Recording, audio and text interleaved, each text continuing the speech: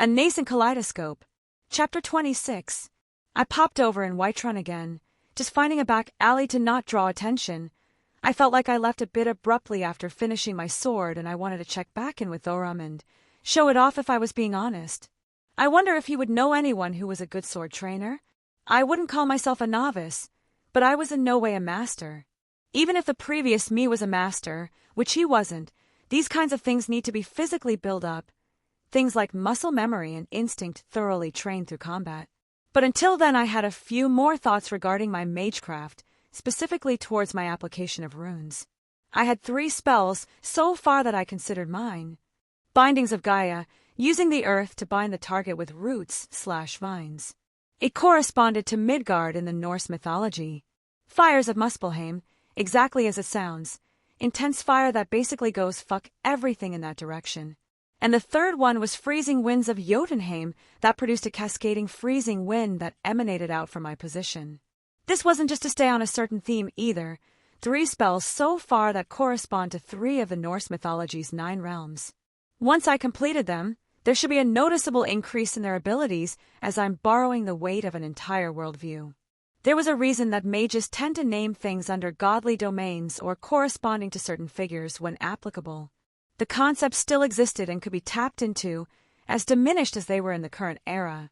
There was a downside as well. They would then also be open to weaknesses that come with their borrowed identity. If I were to say, fight someone with a lineage that could be traced back to the Jotun, or giants of Jotunheim, my freezing spell would have little to no effect even if you discounted any immunities that the individual possessed inherently. Conceptually, why would a Jotun be frozen by Jotunheim cold? That is one of the essences of mystery. It takes on a completely different form of logic than the human perception that is prevalent today.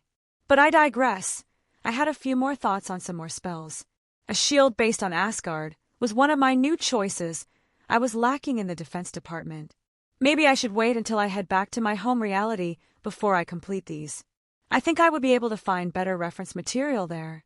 I was lost in my own thoughts, but something stood out enough in the streets to give me pause. Where was everyone? I've only been gone a few hours, not even 5 by my count, yet there was no one here. Oi, you, what are you doing outside? I turned the corner, immediately shouting at me. What? I was preoccupied for a few hours and I just came out. What's wrong? Did you not hear, you daft boy? A dragon attacked the western watchtower. Most of the guards are already over there fighting it. Even the companions moved out. He exclaimed. The companions, all of them? That means Thorum is out there fighting a goddamn dragon. Aye, even the Jarl's personal guard is out there. He shook his head. Hurry and get somewhere inside, if it comes over here. I'm a mage, I can help. He paused for a moment, barely even giving the time to think.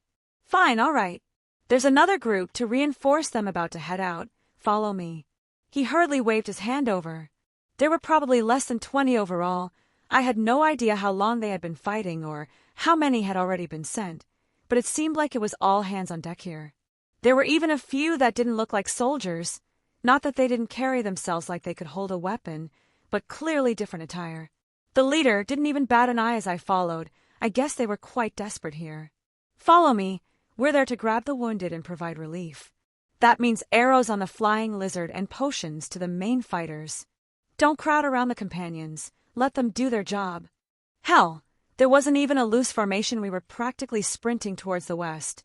I saw the watchtower in the distance. I cast a reinforcement on my eyes to get a better view. I could see someone at the top of a half-demolished tower jump off onto the dragon as it shouted. FUSRODH! The dragon bellowed loud enough to be heard this far away, blowing apart the remains of a large stone structure. Thorum! I shouted in disbelief, seeing the familiar figure of my friend having the brilliant idea to try and mount the goddamn dragon. Divines, that man is crazy. A man next to me shouted. Aye, he's a fearless one. Which companion was that? Maybe he can hurt the thing from on top. The dragon took to the skies, practically piercing the clouds, spinning and flipping. It didn't take long for Thorum to lose his grip and fall, and it was a long way down, so much so that he was barely even a dot with my reinforced eyes. I saw a few of the guards look away, not wanting to watch. I tensed up. Was this shock? For a brief moment my body wouldn't even respond. Wait, why was I even hesitating? Who cares if people know I'm a half-devil? Why was I even hiding this aspect of myself? Because I was embarrassed. Because I didn't like their origin. Who the fuck cares about any of that crap? I actually have people I care about now. My wings exploded out from behind me. My body reinforced, and I didn't stop there. Boost me and Drake roared as the gauntlet appeared on my hand. I pushed off the ground and the air around me distorted, pushing the guards next to me away. Fast. That was all I could think about. Faster.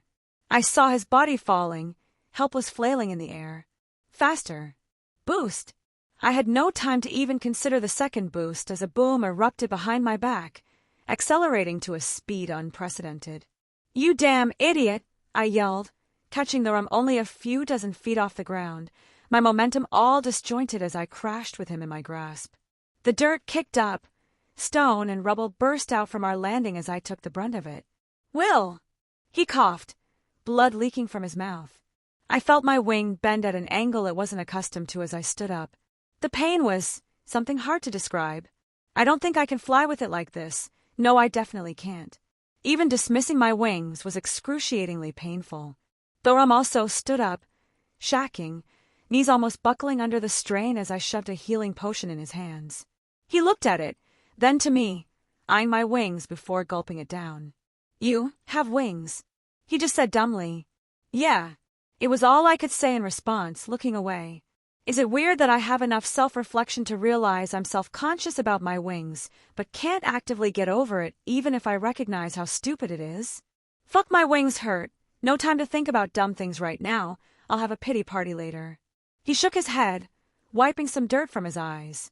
The others, the dragon went up into the clouds. It picks off anyone who tries to run away. We had to keep the wounded here. He pointed towards behind a large piece of rubble where I saw dozens of people sitting, standing, laying as wounds covered their bodies. That wasn't to mention all the corpses I could see and chose not to comment on. They were everywhere. Burned, frozen, impaled, or simply squashed under weight of a several-ton dragon. It's playing around, I could only helplessly admit. The way it destroyed the watchtower, it had the kind of power to do that. There was no reason it would leave these people here like this otherwise. We figured that out already. He grit out. I can. Put a shield up around them. How many others can fight? There is no one else. Thorum lowered his head. It only let me last this long because it found me amusing in its own words. I've never seen Thorum like this before. It's like all the hope died in his heart. I felt an indescribable rage in my heart. It completely overshowed the pain I was feeling. How dare this damn dragon harm my friend like this? It dares to touch something of mine. You have me now.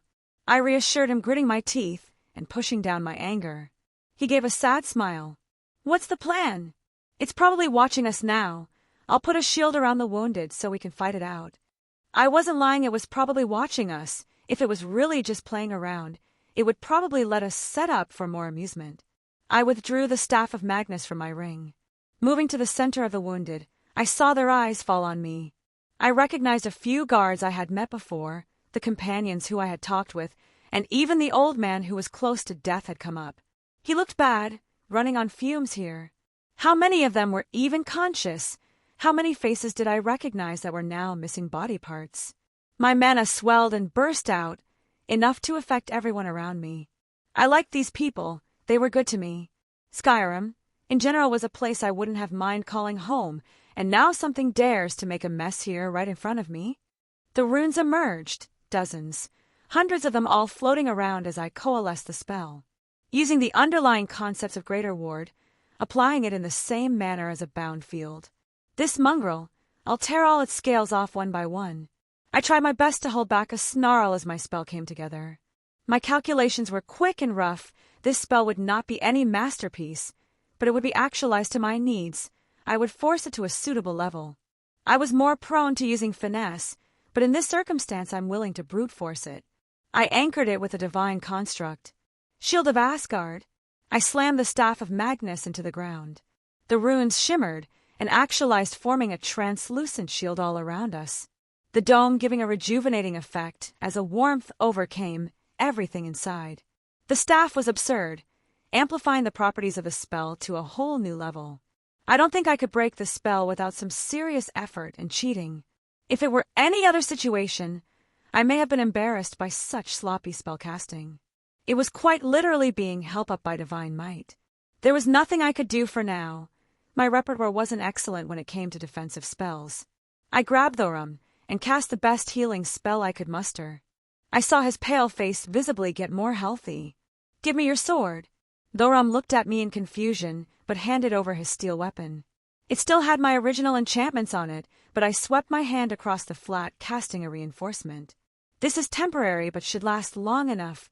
It's a lot more durable and sharper now." I tossed it back.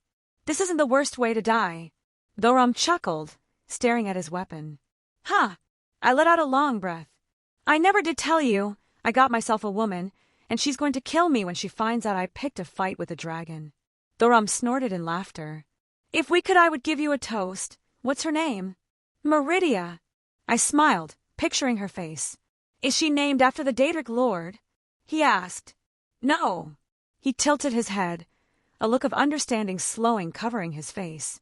"Oh, you did have that job back at Meridia's statue by Solitude, didn't you?" "Yup." My lips slowly curled up as I knew he put two and two together. "I think that deserved 2 drinks at least." He laughed harder. "It may be better to die by the dragon's hands then." I couldn't help but chuckle. Well, her angry face is cute. It all teased gives me something to look forward to.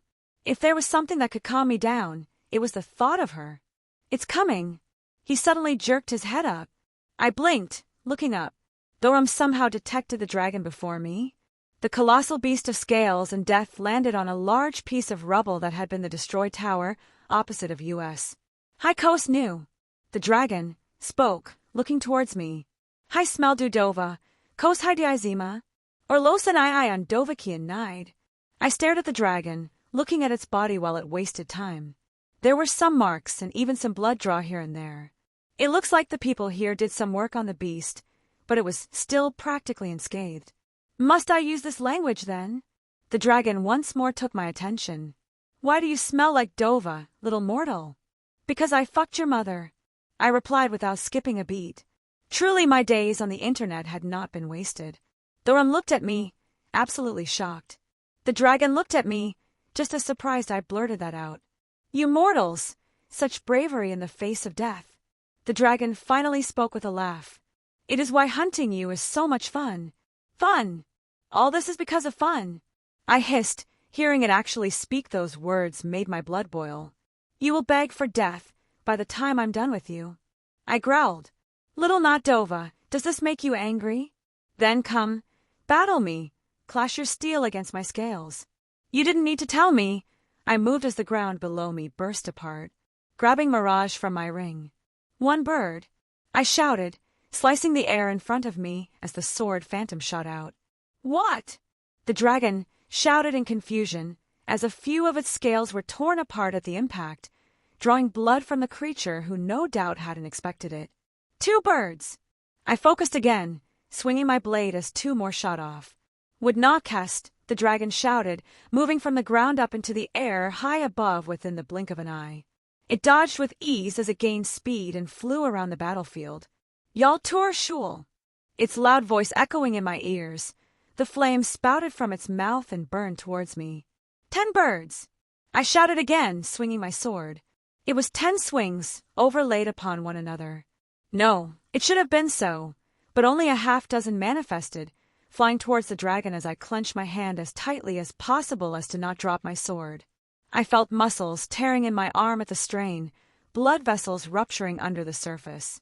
Arrogant fucking dumbass. I couldn't help but chastise myself. I hadn't even fully tested this, yet my calculations on the initial creation were bare fucking bones. I was too caught up in my own bullshit and didn't think it through properly.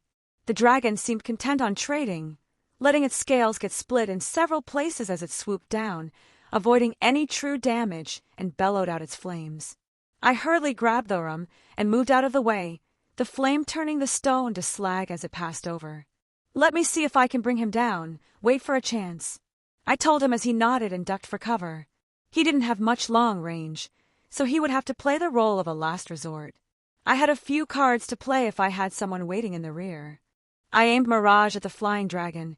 Spell circles spun around my blade. Ether cannon, It was the biggest one I've performed since my memories returned. It was big enough to blow the head off the dragon.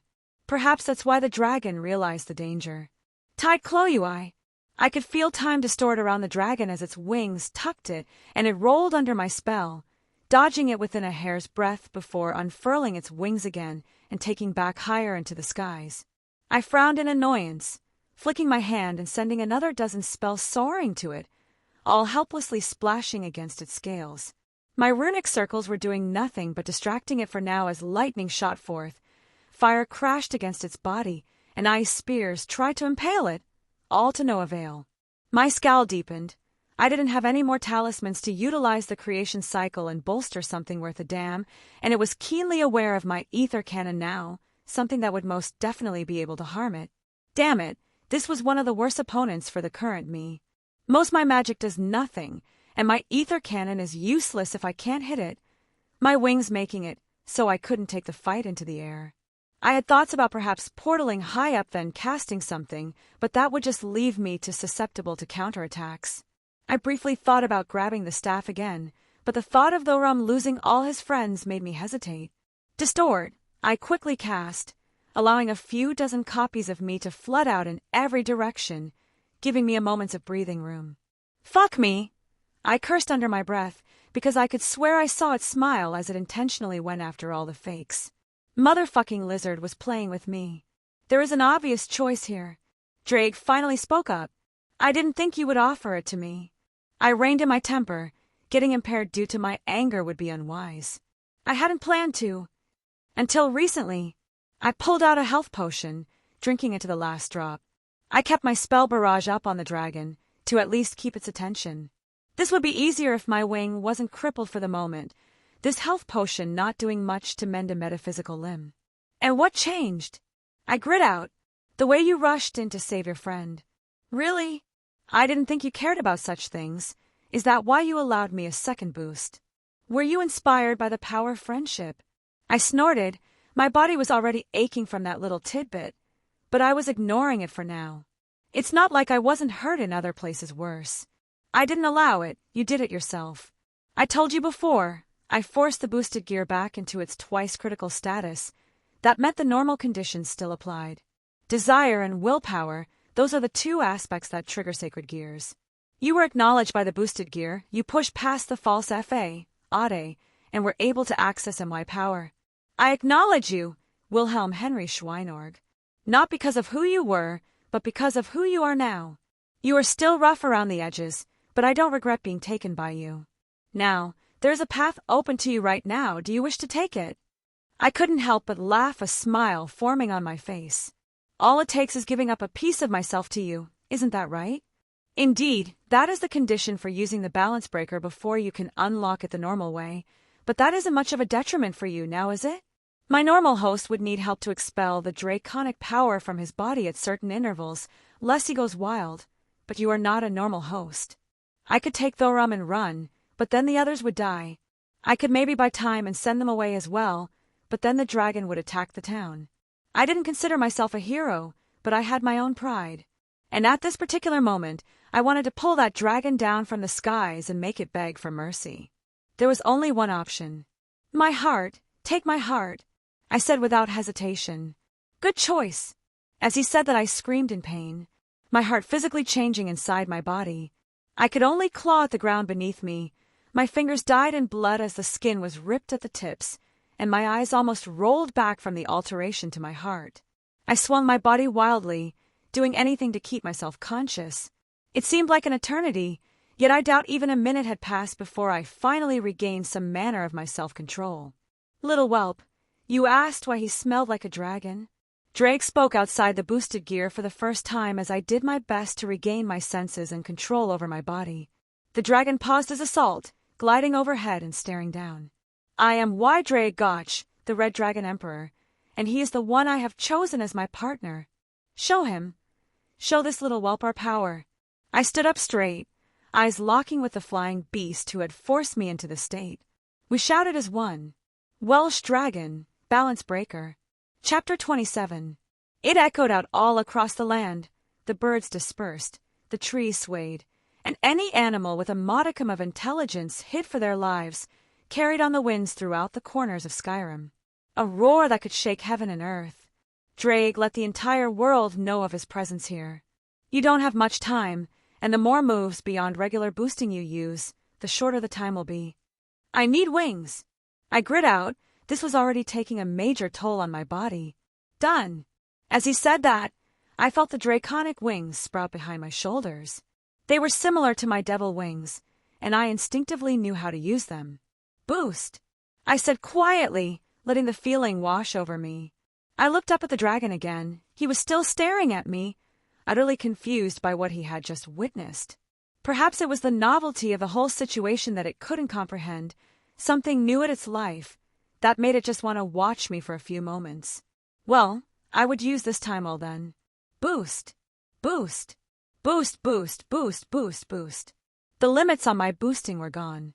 At the base stage, the gauntlet can only let me boost every 10 seconds, and before I could only do it once, but now, the only limits were what I could physically handle, which admittedly were not much when taking into consideration that I was not physically at my best.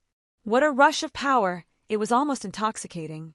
If I didn't have experience wielding such massive amounts of raw magic, I may have been lost in my own temporary strength.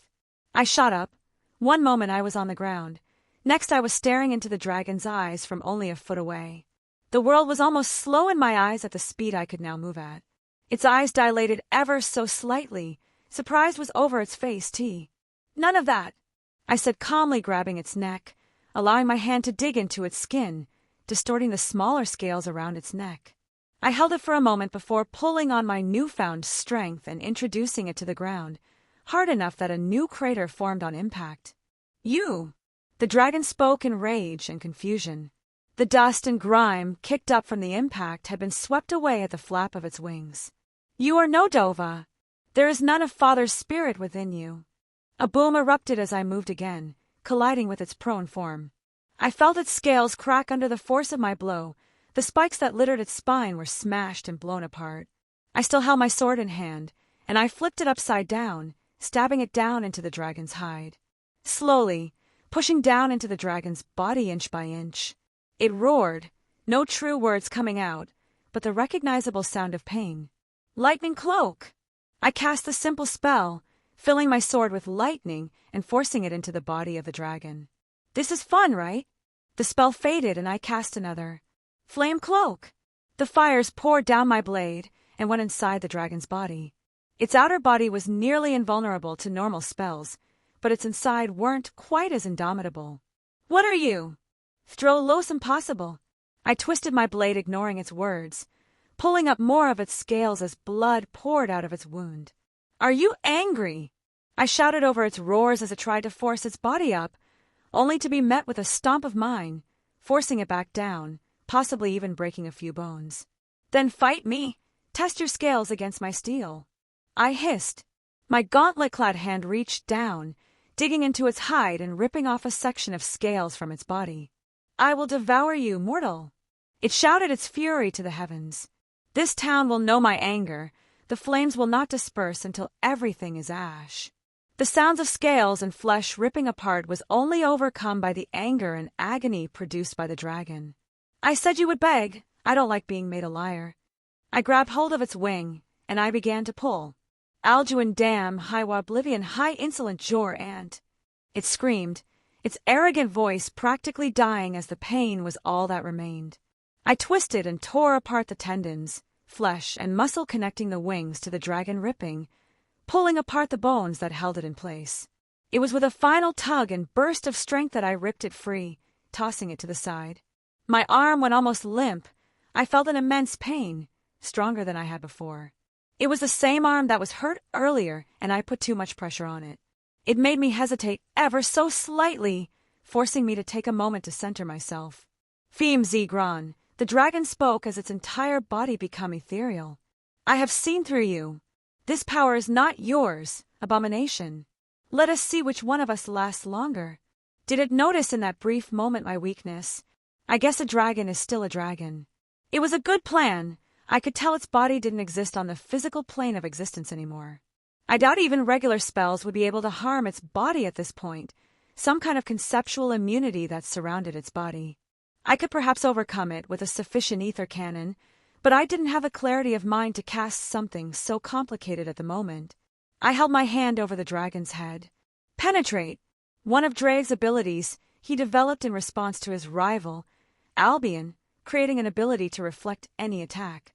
Penetrate does actually as it sounds, conceptually pierces through defenses. The orb of energy formed in my hand as it coalesced and discharged straight down through the head of the beast in a beam of crimson light. There was no wailing as its body thumped to the ground, the ethereal light slowly fading away as I all but fell off its back, entirely spent. I could barely stand, trying to push myself up off the dirt. My breathing was erratic, and I couldn't even use my circuits to pull out any magical energy. The last bit of my physical strength was used to merely turn over on my back. "No," I said in but a whisper as I saw the dragon's body twitch. It shuddered under its own weight, slowing turned to me as life still flickered in its eyes. "Impossible." I blew a hole through its fucking brain. "Unless its body was immaterial. Wait, was its soul animating its own body? The spell it cast, the ethereal thing it did that perhaps turn it into some kind of spiritual being for the duration? And since I killed it in such a state, the soul just stuck around in its body. The scale mail around my body began to unravel, starting at my feet. My balance breaker was coming to an end. "Draig, I can't stop it. You're at your limit." "Fuck. I wasted too much time." "You must perish." The dragon spoke, though its mouth didn't move. It was like its thoughts echoed out. Well, it was good to have a backup plan in times like these.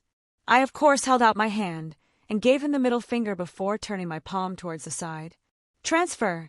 The ability to transfer the boost to another person or target. Out of the corner of my eye, I saw the rum rushing over, and he just disappeared from the spot as his sword was now found in the eye of the dragon. His muscles bulged as blood vessels popped. His whole body shuddered under the strain as blood leaked from his pores. He couldn't handle this much power for long. The dragon's head whipped around, opening its massive jaw to try and bite down on Thorum. If I had to guess, the dragon was also under a time limit for whatever it was doing. Luckily, its body was barely able to move. With the last bit of my magical energy, I pulled on the kaleidoscope and opened a portal right under Thorum. The dragon looked confused, swinging its limp head around looking for him, only for my friend to appear above and slam his sword down into the dragon's neck. He pushed and pulled with all his strength. I was certain I heard one of his bones audibly crack as he yanked his sword down, decapitating the beast. Even if the dragon's soul was animating his own body, there was a limit to that. The voice of the dragon's soul could still echo out. "No, mortal, you may have slain me, but my soul is eternal, and Alduin will burn this world." Its soul was a very physical thing as a golden light floated around the dragon's corpse. And the strangest phenomenon happened. The light swelled and pushed into Thorum's body. "What?" "Dovahkiin." "No." It screamed out as the light disappeared and the dragon's flesh evaporated, only leaving a set of bones on the ground in its place. Thorum fell to the ground, clutching his heart as he spit out mouthfuls of blood. "Release," I quietly whispered as the remains of a scale mail disappeared and I removed the boosts from Thorum. He would be fine. He was still breathing even if his body was in a terrible state. He stumbled towards me, fumbling a health potion in his hand as he lightly drizzled it into my mouth. The warm sensation washed through my body, but it merely alleviated some of the more dire concerns. "Did you just eat that dragon's soul?" I asked my friend, finishing the last of the drink. He laughed, clutching his side in pain, falling down right beside me. "I think so.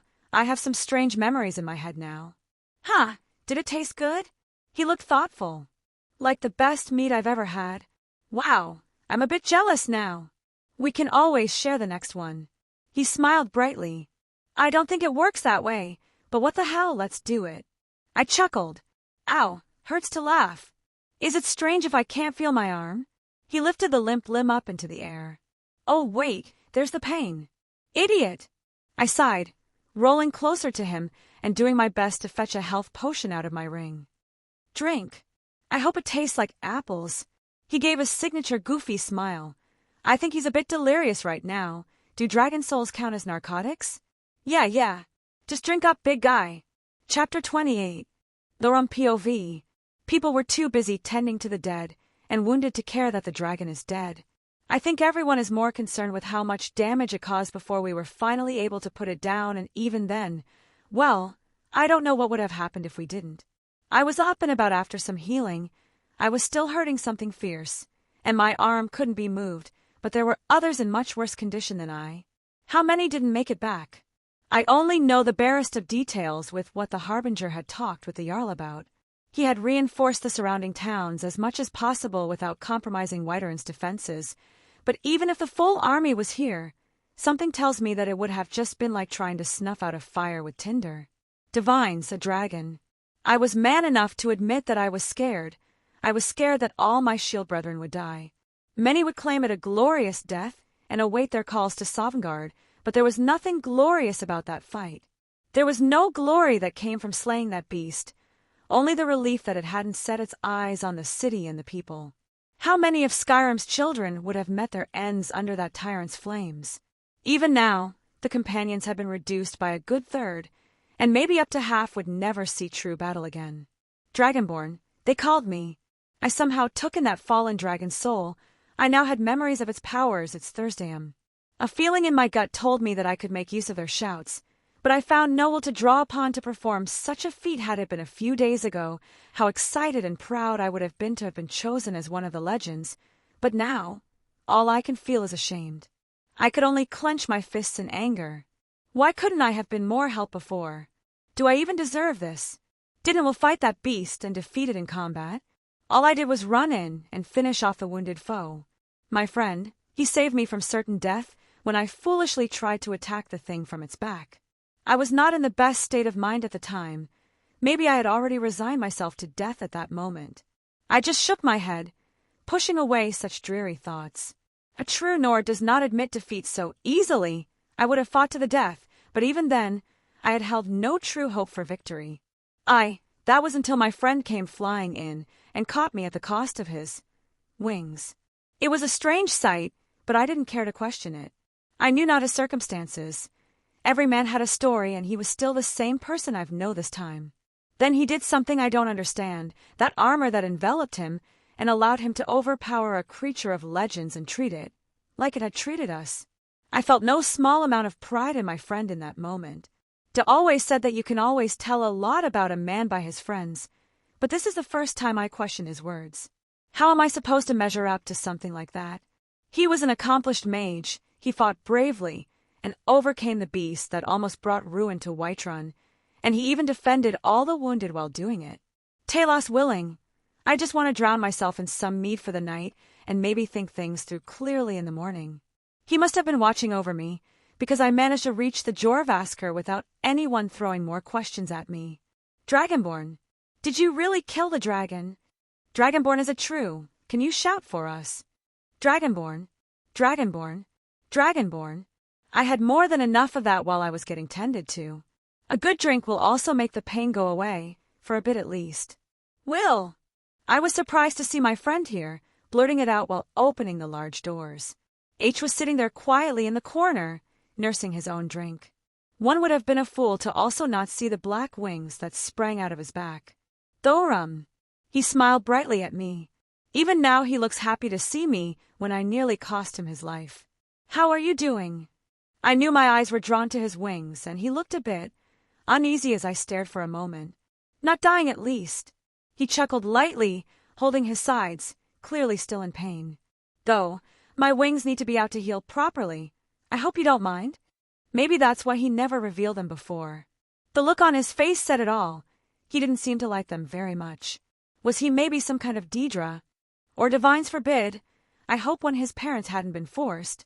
It would explain why he dislikes them, but I did not like to make assumptions about people. Might have taught me better than that.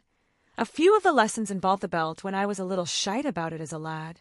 Every man has a story, I reminded myself. Is that magic? I never understood the mystical arts very well. Even the basics were a bit hard for me. No, I was born with them. He took a drink. I just don't like showing them off in public. If I hear anyone start some shit, I'll ram my foot down their throat. I heard Ela shout from the table she was drinking from. I hadn't even noticed her at first. She's walking around, covered in bandages, but at least she's alive. I just wish I could say the same about many other bothers, and how many of them were truly close to Ela. She must be suffering much worse than I. I smiled lightly at her words. She would do just that. She was one to follow up on her threats. I have no doubts that a good portion of the companions would do the same. Not to mention the soldiers would not look favorably upon anyone harassing Will. Has anyone? Ela answered again. Some idiots yelling about some Deidre shite, saying things like sending the monster back to oblivion. I saw Will wince out of the corner of my eye. It seemed obvious, to even someone like me, that he didn't feel comfortable about his wings yet. You revealed them to save me. I felt a pit in my stomach. How much more was I going to bring him down? Will usually had a confident look on his face. Even staring at death in the face, he only showed rage or focus. Never cowardice, never fear. But the way he looked right now, well, it was only at this moment that I was reminded I had several years on him. He wasn't much older than a boy, not that I could speak much myself. You're my friend, he mumbled, looking a bit embarrassed. I don't really have any other friends. Oh, I hadn't realized. He seemed so. Like there was nothing in the world he wasn't capable of. Hearing him say that, though, it makes him seem so human. I'm his only friend. To think he thought so highly of me, and here I was wallowing in my own pity while my friend had risked his life and his reputation to save me, even having my own thoughts of not approaching him anymore due to my own cowardice and envy. I will not become a burden to you, my friend. I will get stronger. I am a dragonborn. I will get strong enough to stand at your side. Wilhelm POV. Geez, I can't believe I said that out loud. I think I may be a bit more into my drinks than I thought. Can devils get drunk on alcohol like this? I'm going to say yes and argue with anyone who says otherwise. It could also have to do with the massive headache I was sporting as well. Now Thorum is looking at me like I had two heads. Fuck me. Gods, I really hope I'm not blushing. So, I heard you're a dragonborn. I flipped my hand, letting a book flop on the table. Stole it from some asshole snarking to me about never being to the Cloud District. Bitch, do I look like I'm some kind of peasant? The Book of the Dragonborn. Thorum looked over the title, nodded to himself. It seems you're always prepared. I haven't thought about this book since Mida read it to me when I was a child. I rubbed my eyes, feeling the fatigue from the fight still bearing down on me. From what I read, it seems you can empower yourself by absorbing the souls of defeated dragons. It also means you can naturally use the Thursdayum, or the dragon language at will. Then I should be stronger now. He looked down at his non-broken hand for a moment. I don't feel any different. I rubbed my chin, truly taking a look at his body. If I had to make an educated guess, I think a lot of the power is going to healing you right now, before your physical attributes receive the upgrade, so to speak. The body is a reflection of the soul. Since your soul essentially got bigger, there will be a qualitative increase in your abilities. Hell, I think you may be better at magic in a few days as well. Does that mean I should be able to fight the next dragon without almost dying? I don't think he was saying that at me, but more so to himself. I just closed my eyes and signed for a moment. I knew how he felt. I myself felt rather weak in this particular moment. I had many forms of strength I could rely on, but it all felt so disjointed and widespread. I needed to head home soon and find a teacher, maybe get my grandfather to train me a bit if he's still around. You need to learn the Thursdayum like the dragons. It should even the playing field if you do. I gave my honest opinion.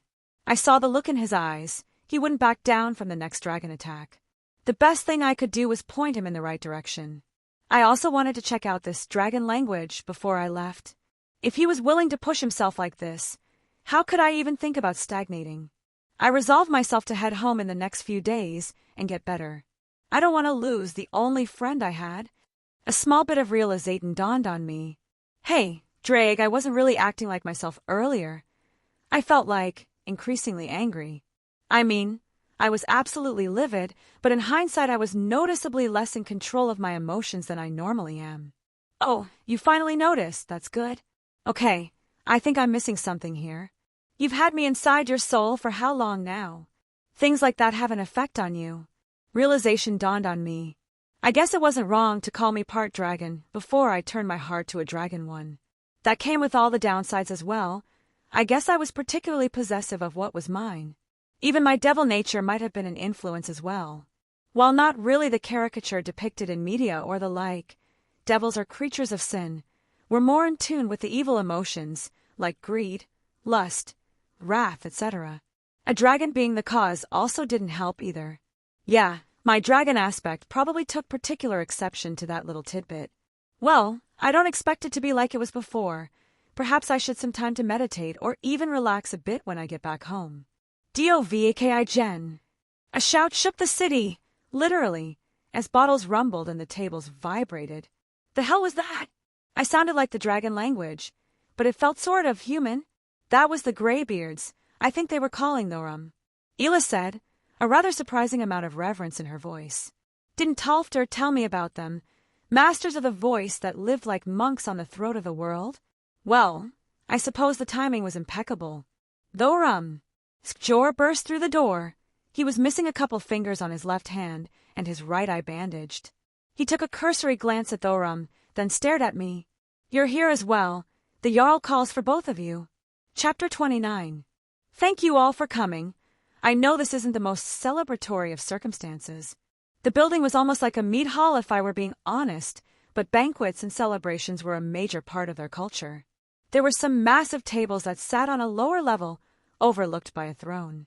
I looked up towards the man sitting on the throne, one Jarl Balgruuf. The leadership of Skyrim was not something unheard of, if only called things by different names than I was used to. Essentially, there was one High King, and the respective Jarls who all oversaw their own territory and swore loyalty to the king. I was easy to forget that there was a civil war going on right now. Apparently, Jarl Ulfric Stormcloak had killed the previous king but claimed it was an honorable duel. One thing led to another. Now one side is supporting Ulfric, and the other is against him with the backup of the Empire, another power that sits above even the High King. Frankly, it was all a mess. At least Balgruuf had the common sense not to jump to either side and was remaining neutral. The Jarl stood up from his throne. We honor the dead and the living, both of whom had made it possible to have survived to this point. He held a drink up and everyone else followed suit. I also raised my own drink as everyone took a sip. Let us not mourn too long for the dead. Let us instead look forward to seeing them once again in Sovngarde. Now eat your fill, drink until you can no longer and relish in hard-fought victory. There were many cheers, and just as many who quietly slumped in their seats. I sat next to Thorum as we shared a look and downed our drinks together. The celebration wasn't just something to keep up morale. It was more so a send-off to their fallen comrades. To trade stories and remember those who no longer will fight beside you. To surviving. I said quietly, I'll drink another to that. Thorum nodded. I withdrew another healing potion from my ring and downed it, giving Thorum another as well. Taking too many too quickly diluted their effects astronomically. It was better to keep a solid schedule of one every hour or so for sustained injuries. I kept an eye on the Jarl, and he looked around the room with a content look on his face, possible gauging the reactions of everyone here. The companions were in, not high spirits, but they weren't dwelling on everything. There were a few missing limbs, but they didn't look at all diminished in fighting spirit. Friends, as we start the feast, let us honor the warriors who truly stood out in battle. The Jarl's voice was loud and authoritative, but without any of the arrogance that one would usually associate with someone in his positions. I suppose you could call it charismatic. Thorum, of the companions. He waved Thorum over until my friend stood in front of the crowded tables and in front of the throne. To have a dragonborn appear in such a dire time, truly we are blessed by the divines. That actually got a lot of cheers. There had been many whispers of Thorum decapitating the dragon. Tell me, Thorum, are the stories true? You beheaded that mighty beast. Jarl asked as his voice carried throughout the entire room. I saw several eyes glance at me, but I didn't make any noise or commotion. I didn't really share these people's idea of glory and honor. I was fine being regulated to the background. Those tales are untrue. Thorum grunted, earning some surprised looks and a few nods. I did cut the head off the dragon, but it was no more the killing of a wounded beast on its last breaths. The glory goes to my friend Wilhelm. Thorum looked over to me, a smile on his face. I wanted to face bomb, but I knew that he only did this with pure intentions. That was the kind of man the rum was. Yes, the mage. Jarl eyed me. Come, recant to us the battle. He ushered me over, and I could only down my drink before standing up. Jarl. I lightly bowed my head to pay respects. He looked pleased as he gestured to me. I have heard many fantastical stories so far. I'm curious which are true. Even my court wizard had been investigating these rumors. As if on cue, a man in a mage's attire walked over, and he was carrying a very familiar staff. I was curious to where my staff got off to after the battle. I made sure to explicitly confirm my ownership. I would rather not have to remove any heads to retrieve my property. I had left it there to continue to watch over the wounded. I didn't exactly fear it being stolen, but someone trying to steal it would be quite annoying to deal with. Indeed, the court wizard spoke up. A curious artifact. I had run only the simplest of tests, yet the output of any spell was extraordinarily greater than the staff I used normally. I held back my eye twitching in annoyance. Who did he think he was experimenting with something that belonged to me? I appreciate you returning it to me, I said as bluntly as possible. His hand tightened around the shaft. I could tell right now he had no desire to truly give it back. I feel the staff will be very beneficial to my research against the dragons. I would not be against buying it off you. Not for sale. I frowned. Surely. Farengar, enough. The Jarl spoke up. There is a time and place for such business. I could almost hear him clench his teeth in frustration. I think he was about to try and sneak away with it while I was busy dealing with the Jarl. Cute. I reached out with telekinesis and yanked it out of his hand. Thank you for returning it to me. I gave the most innocent smile possible. The Jarl just raised an eyebrow but didn't speak up. He seemed smart enough to realize what was going on, and Farengar was fuming, mumbling something under this breath and stepping back. Well, the Jarl seemed like an honorable man. Mage, I would have your name. He requested. Wilhelm Henry Schweinorg, though most people call me Will. Will then. He smiled, accepting the introduction. I've heard tales of a red armor that allowed you to fly and even trade blows with a dragon. I do have something like that. Unfortunately, I can't bring it out as it takes a large toll on my body. I waved to myself, clearing wrapped in bandages in several parts. I wouldn't ask such a thing. The Jarl waved me off, though I am curious about the origins. Was he wanting more if they were man-made, or maybe just feeling me out? It is a weapon with a dragon's soul sealed inside. I could temporarily borrow the dragon's power. Hushed murmurs filled the room. Some open questions filled the void of silence. Another dragonborn? Is he even a man? I heard he's a Daedra. We should take the weapon for Whiterun. The Jarl sent a glare to everyone. They all promptly shut their mouths. A dragon, you say? No wonder you were able to match the dragon that attacked if you were using the power of another. He said in awe. A dragon, that does make more sense. Thorum spoke up and gently pat me on the shoulder. I've never heard of such a thing. Farengar grumbled.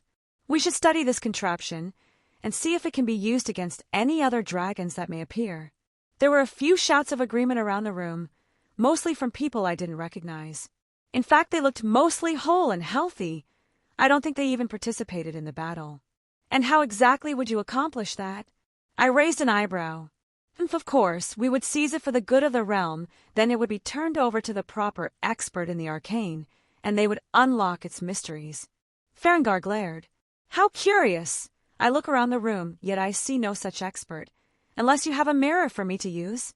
A novice like you would be unable to understand such intricacies as my research. Such an item of power is wasted on you. I just roll my eyes. This guy. I really don't have the mind for this right now. I'm definitely off my A-game. Well, regardless, I can't remove it as it is wrapped around my soul, and I don't fancy dying to fuel your delusions of grandeur. Better just nip this in the bud right here, and I didn't really owe an explanation past this. Jarl, I propose taking the item in question and allowing me to study it. If it is true that such an object can trap the soul of a dragon, we may be able to defeat these creatures. He seemingly ignored my comment, opting to instead push the stick way further up his ass. Oi, did you not hear me? I said I would die if you tried to take it. I just shook my head. What an idiot. One life versus the lives of many, he said simply, over the hush's silence in the room. I think I practically froze at the comment. It wasn't some kind of anger that overflowed. No, It was the sheer stupidity of saying something like that so plainly in the gathering of so many people that made me utterly dumbfounded. Foot meat mouth! It was at the moment that many people stood up, hands on their weapons, all staring at Farengar. Thorum took a step forward, getting between us. I was not feeling any danger from this mage, but the fact that Thorum stepped up like that was pretty cool. Not to mention many others around the room were ready to make a move. But my attention was focused mainly on the Jarl. He didn't stop Farengar from spouting all that nonsense. While I don't think he agreed with his court wizard, I think he wanted to see how it would play it. Farengar, why do you go back to your research? The Jarl finally spoke up, easing the tension that filled the area. Farengar grunted in acknowledgement, leaving the room for who knows where. This man was a good leader. He was feeling out all his options before committing. Forgive my court wizard, he tends to forget his place, sometimes after studying his dusty tomes for so many hours a day. The Jarl gave a small laugh. Why don't we go back to the festivities? Well, if you want a recount of the battle, I only showed up near the end. Why don't you have Thorum start, and I'll pick up where I arrived. May as well move past this. I just wanted to finish this up and head out. Thorum, I don't think he was really in the mood to celebrate, but he laughed and joked with everyone as he retold the battle. I guess it was important to honor his comrades, even against his own desires. I nodded along and interjected at a few points here or there, but never full explained what I did. I was kind of put on the spot to give some context, but it didn't mean I had to reveal my entire hand, and no one seemed to call me out on my non-human nature. I guess actions speak much louder than words here. Fascinating, the Jarl exclaimed. You both had done a great service to Whiterun. How should I reward you? Oh, a reward. I hadn't even thought of that. I wouldn't mind some land outside the city. I spoke up after a moment. A place to set up a house, and maybe even a workshop for the future. I planned on leaving this world soon, but that didn't mean I wasn't coming back. There was no way I was leaving my friend and girlfriend forever. And I had quite a few ideas for a plot of land that I could call me own. There were some preliminary thoughts for maybe anchoring the same space over several worlds, sort of linking that area together. I'll think on it more later. That is doable. I can bring you a parchment that shows the available land later. He nodded, and even looked a bit grateful at my request. I think the goal was a bit tight for him right now, so I didn't ask anything that would be a drain on his resources, earning me a bit of goodwill in addition to actually wanting the land. And you, Dragonborn? The Jarl asked. I'm not sure I deserve a reward, Jarl. I merely finished off the dragon while Will did most of the work. None of that. I smacked his shoulder. Jarl snorted in laughter. Thorum, your humble nature does you well, but you proved invaluable in the fight. It would bring me dishonor to not award you anything. He tapped his chin. How about I name you Thane of Whiterun? There was an abrupt murmuring and whispering going on. Thane, I think I remember something like that. Almost like a knighted position, no real influence, but sort of an honorary title that acknowledges great services to the city. Well played, Jarl. It would tie him to you without forcing him under your thumb. I would be honored, Jarl. Thorum tilted his head down in acceptance. Wonderful! The Jarl exclaimed to the excitement of the crowd. There were many congratulations being shouted towards Thorum. I could already see the greed in some of their eyes. They would try to get close to the Dragonborn and new Thane. From the looks of some of the companions, I felt like I didn't need to worry about him, though. They probably dealt with these kinds of politics before, or rather how to avoid them in the first place. If I had to guess, I think it involved a lot of punching. Now, what are the plans for both of you now? The Jarl asked. There it is. He's probably wanting to make sure his city is still defended, or knows that he can call upon us. Thorum looked at me a bit unsure of himself before answering. I want to head to the Greybeards, he declared. Yes, I believe everyone in Skyrim heard their call earlier. Jarl nodded, and I don't think he could argue with him on that. What about you, Will? I was going to seek out my grandfather for training. I kept my expression even, not giving him an open to try and weasel me into staying here. You're going to leave? It was Thorum who spoke up, realization dawning on him. You told me you aren't from Skyrim, he said with a small bit of understanding. Yeah, my grandfather lives far away. I sighed. I believe he should be around, or some iteration of him on the timeline if I can calculate everything correctly. I don't like how weak I felt during the fight, so I need to get stronger. Thinking about it, I'm really just all over the place right now. I see. Thoram looked a bit dejected, but I think he understood. Don't look so down. I slapped his shoulder. I'll take you up the mountain and check out these graybeards with you before I leave. I gave him a smile. What about your, woman? Yeah, going to have to deal with that at some point. I grunted. I did not enjoy seeing Meridia upset, not angry, but genuinely upset that I was in danger again. Would rather fight another dragon again. Smart man, fear your woman over a dragon. Y'all laughed, seemingly accepted that we would both be gone. Some small laughter over the crowd. I think he felt relief that Thoram would be close by. I'll be back in a month at the latest. I reassured Thoram, who nodded. Well, this is all settled. The Jarl clapped his hands. Everyone drink, be merry, and make sure you don't leave my keep sober. I managed to disappear a bit into the festivities. I thought I saw the court wizard eyeing me some more and didn't want to be annoyed by him. I also had a few interesting things I noticed about myself. Hey Drake, did giving up my heart make me stronger because I'm noticeably different? Yes, but you should also be noticing your devil nature finally kicking in. My devil nature. My devil nature.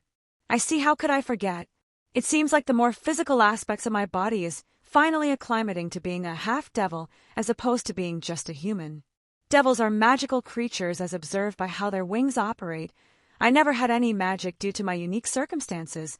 I guess everything was suppressed below the surface, and now I'm slowly coming into it all. Enhanced physical attributes are basically the tip of the iceberg. Yeah, devils are much stronger than a standard human. I should see a qualitative increase in strength. I guess having my heart taken by a dragon and using the balance breaker may have accelerated everything. Well, this was a much welcomed windfall, and I didn't even have to do anything. Thinking about it, I believe my devil magic may have had an influence on me as well, and I hadn't even noticed until now. When I used my Onomoto arts along with my runes, they were combined with much more ease than I had anticipated. Perhaps the imagination part of the devil's demonic power came into play. It was facilitating the synchronization of my spells and abilities. I would need to do some extensive study on this for later. What a wonderful find this has been. I can't believe I overlooked something so obvious, though I can attribute that to my current circumstances. I've been forgivably busy recently with everything going on. My thoughts drifted towards my bloodline power, my power of destruction as they called it. It was still but a tiny seed, unable to be actualized, but it existed. I could only sigh with a promise to look more into it at a later date. I refused to believe there was nothing I could do with it. Shaking my head, I looked inward at Drake. Hey, do you ever get the feeling like the world is waiting for everything to blow up? What do you mean? I just have a strange feeling, like I lit a powder keg and it's going to explode soon. Chapter 30. Thoram and I had departed early in the morning. He wasn't as intoxicated as he appeared last night. Thoram could have quite the sleight of hand when he wanted.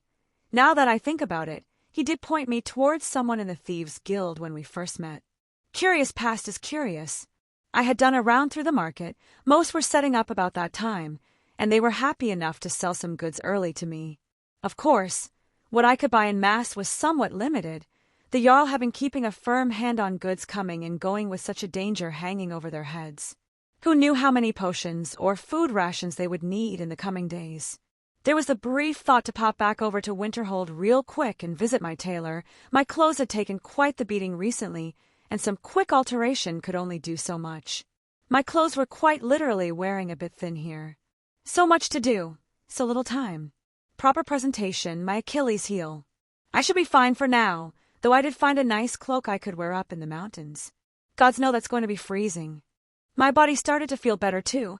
I was still aching and sore with countless bruises all over my body, but I don't think any bones were broken. Perhaps a fracture here or there, but they were mending with a noticeable pace. Perhaps my heart had an increased effect on that as well. My devil heritage popping back up no doubt was playing a part in it. My wings were back to normal as well. My strength too. I felt stronger than I had previously. I think my eyesight was a bit clearer and my senses overall were somewhat sharper. How far did you say you wanted to get out from the city? Thoram spoke up, breaking me from my thoughts. I tapped my chin, pondering for a moment. I think this is far enough. I had told him I had a way to get us up the mountain quickly, but I didn't want to show it off. Let's see. I'm basically eyeballing this, but some quick calculations. I withdrew Mirage and sliced it into the air, allowing the multitude of colors to burst forth into a portal. After you. I gestured. Amazing. He praised, looking it over before walking through. I couldn't help but smile, seeing how much he trusted me, to not even test to make sure it wasn't dangerous. I walked through, only to not feel the ground under me, and I fell a couple of feet into a large pile of snow. That could have been worse. I snorted, sitting up. Well, I'm fully awake now. Thorum shared a smile as we both laughed. That should be it. I looked just a little bit ahead, and there was a structure built into the top of the mountain. I'm surprised I'm standing here. I heard the story since I was a lad, but truly be here. He stood up, staring at the entrance. You deserve it. Put my hand on his shoulders. You are a good man, Thorum, and if there was anyone who became this dragonborn, I'm glad it's you. Thank you, Will. He gave me that big goofy smile he was known for. Well, stop being a big baby. I gave him a kick on the rear. He just laughed as we walked forward. He took a deep breath as he pushed the large doors open. What greeted us were several monks, standing almost as if they were waiting for us. We've been expecting you, Dragonborn. The one in front spoke up, practically answering my thoughts. Though we thought you would take longer to climb the mountain. He seemed a bit bemused. Greybeards. Thorum actually bowed. I am honored to be here. I also brought my friend who wished to see me safe passage. This is... Yes, we know who he is. They looked, not angry, but more cautious of me as all eyes on the room landed on my figure. There have been words spoken on the winds, words that made many tremble and powers given pause. Many dragons who had been resurrected have decided to wait and watch. Beings who had done nothing but rampage and destroy in the past had decided to cower. Oh, resurrected? More dragons? Thorum questioned. Alduin, the World Eater, has returned. He was the first, the reason Rift 10 had burned, and he has been set on course to bring back his siblings to life. The Greybeard answered, seemingly in resignation. Do you think it chance that a dragonborn appear, now, when dragons once more return to the world? I could see several emotions flash across Thorum's face. It seems those words were preoccupying him for the moment, so I spoke up. What do you mean by words spoken on the wind? You should know better than I. They originated from you, he said, sounding like he was accusing me of something. Alduin is the oldest and strongest of Akatosh's spawn. He has been the lord and master of the dragon race since their inception. Never had his status been challenged before. These words held true until a few days ago. Well, shit. Akatosh was one of the divines or gods here. The books I read said that he was one of the ones responsible for the creation of the world. Basically the pantheon leader, he is the dragon god of time. Basically, all the dragons are pieces of his essence, souls born from his own. There was silence as no one else spoke. I think Thorum realized what the old man meant and sent me a questioning look. Why Dragotch? I let the words roll out of my mouth. The Greybeard sucked in a cold breath of air. Yes, that name has been echoing throughout, in hushed whispers in dark corners. I think I understand. Drake called out his most famous title, Red Dragon Emperor, when he revealed himself. He is a dragon, even if his existence differed from the dragons here. A dragon is a dragon. He told all those who could hear that he was at the top of the pecking order. This, Alduin apparently heard, as did the other dragons around Skyrim, and combined with the burst of power with Drake's own presence backing it up. Yeah, everyone's waiting for the other shoe to drop. It is an unprecedented time. The Dragonborn of legend appears, one who is destined to battle Alduin for the fate of the world. Now another dragon also appears, one whose name has never been heard before, yet makes the others cower before it. The Greybeard just shook his head. I do not know what the future lies in store for you both, but I presume you're here to learn the way of the Thursday. Yes, masters, I wish to learn the way of the voice. Thorum answered them back, still as politely as before. The old man nodded with a bit of appreciation in his eyes. Then we will teach you, Dragonborn. He then turned to me. And what of you, Red Dragon Emperor? What? Nice, even they know who you are now. I held back a sigh at Drake's words. It wasn't entirely incorrect. Drake's users did inherit his title each time they popped up. I'm just surprised they opted for calling me that. I'll stick around and see for a bit.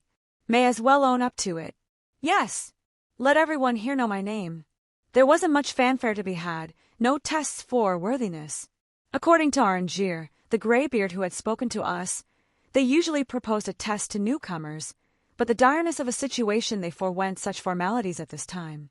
Legends speak that when a dragonborn takes the souls of another dragon, they also consume their history, their memories. You should have some knowledge of their Thursday, do you not? Arrangier asked as the other monks took spots around the courtyard he led us to. I do. I wasn't quite sure what to make of them. He scratched his head. It also left me a bit dizzy and acting unlike myself. Oh yeah, he was acting like his was extremely drunk for a while. Foreign memories getting shoved into your head, it would make you somewhat erratic for a while before they settle down and you acclimate to them. I had first-hand experience with that.